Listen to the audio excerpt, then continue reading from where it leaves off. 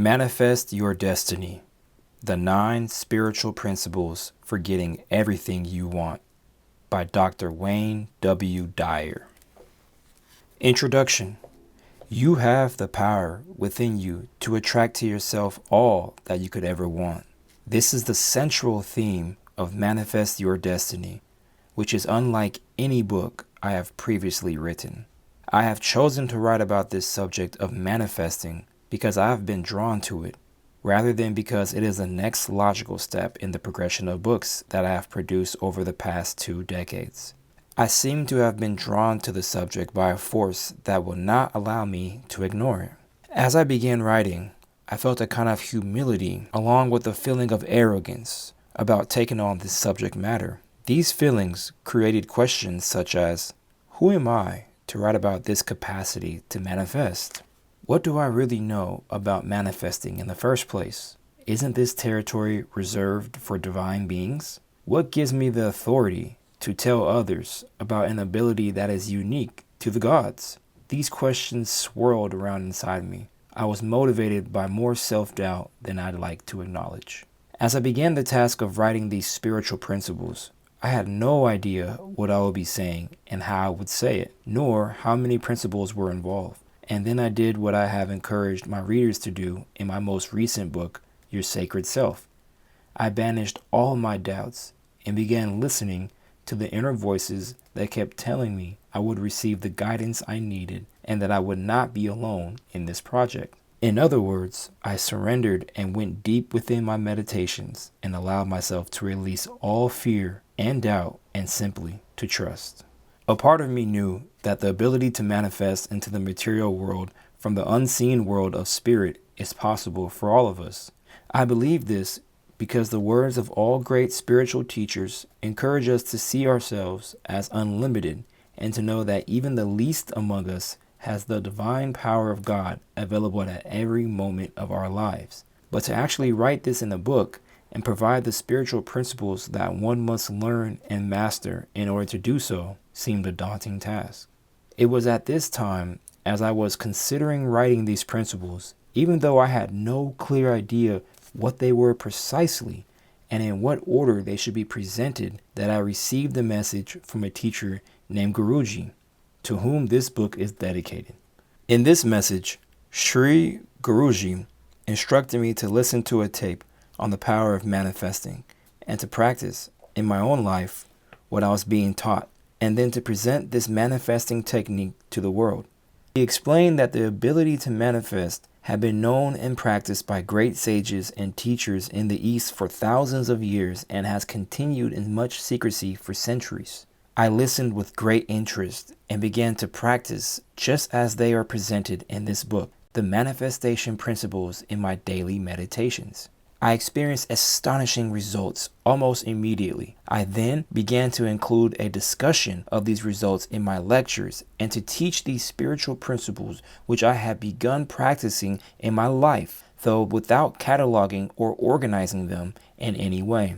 A few months later, I produced a compact disc cassette tape titled Meditations for Manifesting, and thousands of people began to use these principles and practice the manifestation meditation techniques. The results have been mind-shattering. People who are using these techniques and sound meditations have written to me from all over the world. The sound meditation described in this book has produced amazing manifestations in the lives of many.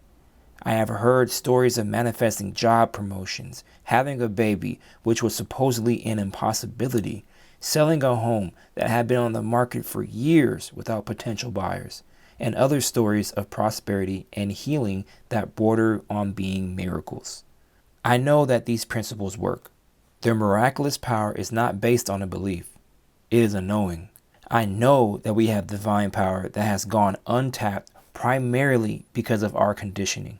I know that you, if you practice these 9 principles studiously, can begin to manifest for yourself virtually anything that you are capable of conceiving in your mind. I am aware that entering this realm of manifesting is like walking down an unfamiliar path. When you decide to enter the unknown, you obviously cannot know for sure what is ahead.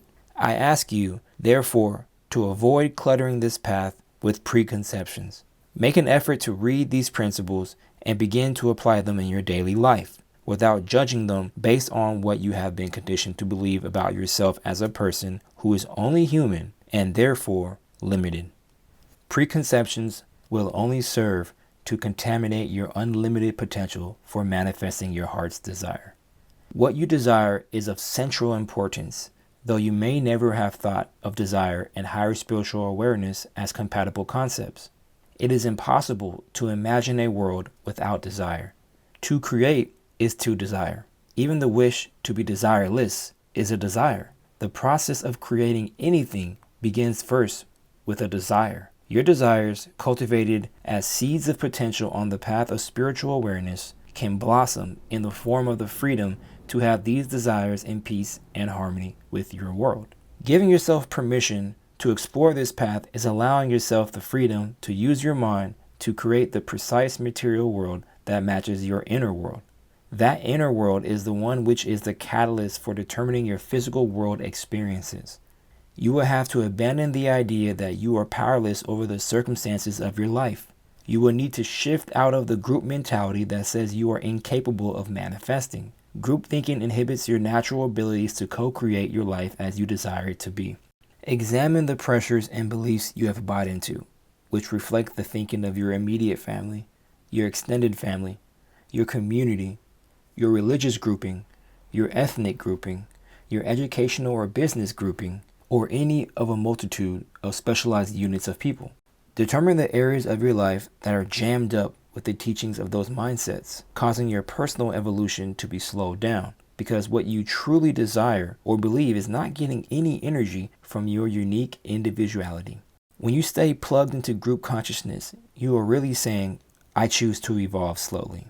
Furthermore, that mindset always gives you permission to be weak and impotent. You choose to evolve with a group rather than spontaneously, as your inner consciousness dictates. If you truly understand the ability to manifest, you realize you can control the speed at which change occurs in your life. A practicing mystic will manifest quickly because he or she is plugged into the world behind his or own eyes rather than seeing the world as dictated by the eyes of the group and all its forebears. As you experience unplugging your circuits from these external forces, you will see the speed of your involvement increase drastically. If you hear a voice behind your eyeballs that says, move forward, you no longer wait for everyone else to make a move forward before you take your first step. You no longer have to run your suggestions through the group mind, which is meant to keep you safe and to discourage your individuality. I was able to begin my journey of enlightenment only when I fully recognized that the group agreement to keep me safe and to love me inadequately allowed me to seek something of a greater measure. If you wait for everyone else to learn how to manifest their heart's desires, you will not have enough time in this lifetime to even begin your journey.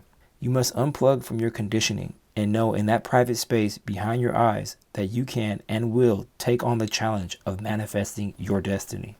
When you cultivate the inner conviction to manifest from the world of the unseen into the material world, you understand that there is a universal God force that is in all things in the universe. There is not a separate God for each individual plant, each animal, each mineral. They are all one. Therefore, the same God force that is within you and causes you to think and breathe is simultaneously in everyone and everything else as well. It is universal. Thus, there is no place that it is not. Consequently, that which you perceive to be missing from your life also contains the same God force or universal intelligence that is within you. Manifesting, then, becomes the business of doing nothing more than bringing into form a new aspect of yourself. You are not creating something from nothing. You are learning to align yourself with an aspect of your being that your senses have not known they could activate. This is a very important part of this understanding. You and that which you want to manifest in your life are one. As I wrote this book, I had the most peaceful experience writing that I have ever enjoyed. What you now hold in your hands is the result of these 9 principles. Each day, I will do precisely what I have written about in these 9 principles.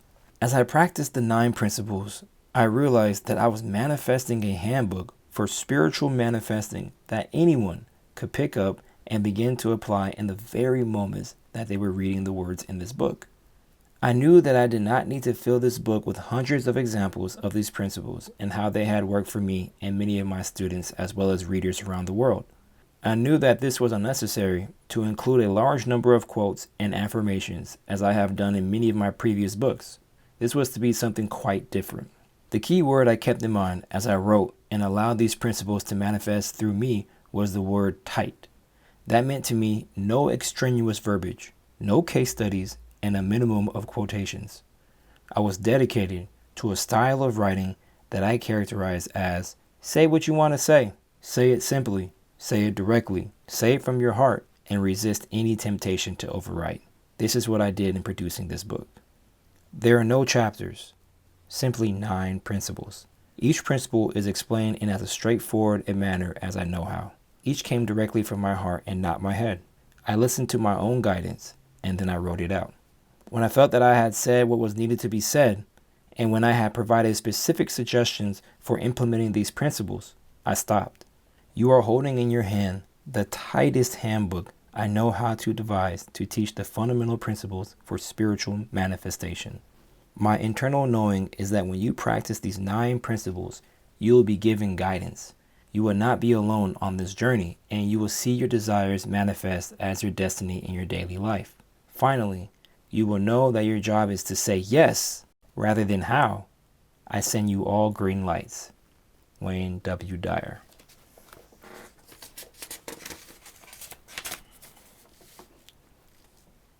Becoming aware of your highest self. The first principle.